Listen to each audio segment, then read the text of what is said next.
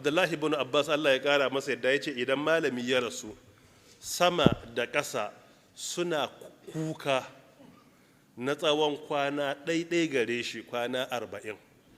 Saman nan sai ta yi 40 days tana kuka, ƙasan nan sai ta yi 40 days tana kuka.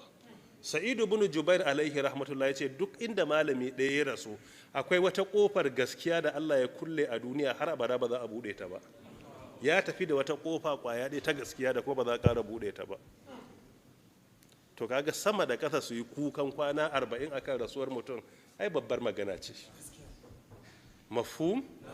Tayyib, Allah ya gafarta musu waɗanda suka riga su duka a malamanmu, Allah ya gafarta musu waɗanda suke 'yan baya, Allah ta'ala ya ba mu ikon amfanuwa da karatunsu daidai ɗinsu, Allah ya amsa musu kuskurensu, Allah ya yafe musu. Na biyu kuma ina ƙara bayani, akwai takardu da aka kawo na birrul walidai, wasu daga cikin 'yan uwa a nan mutum biyu sun ɗauki nauyin ƙara bugun copies guda 500, su ma duka an raba su ne fi sabilillah, sun yi a matsayin sadakatun jariya wa mahaifa.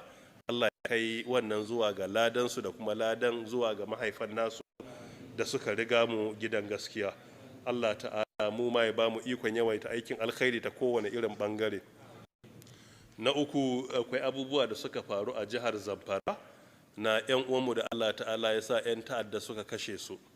Muna roƙon Allah ta'ala ya gafarta musu. Akwai rabuwa za su shiryu, muna roƙon Allah ya shirye su.